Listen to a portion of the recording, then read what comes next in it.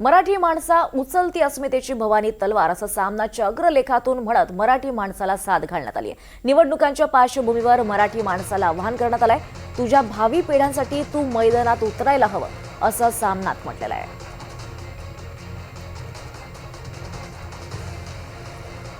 तर सामनात नेमकं काय म्हटलंय आपण पाहूयात ग्राफिक्सच्या माध्यमातून।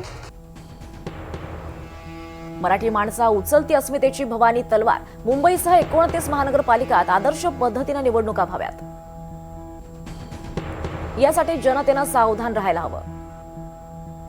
मुंबईसारखे राजधानीचे शहर जे 106 हुतात्म्यांच्या बलिदानातून महाराष्ट्राला मिळालंय, मुंबईचा महाराष्ट्रापासून तुकडा पाडण्यासाठी, मुंबईचा लिलाव पुकारण्यासाठी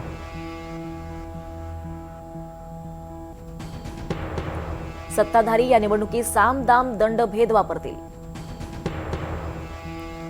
तरीही मराठी जनांनी आत्मविश्वास न गमावता जय भवानी जय शिवाजीचा गजर करत मैदानात उतरायला हवं।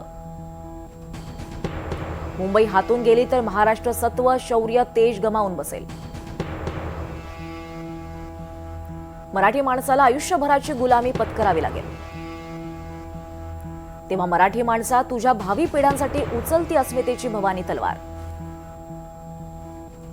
बोल हर हर महादेव असं म्हणत मराठी माणसांना साद घालण्यात आली आहे।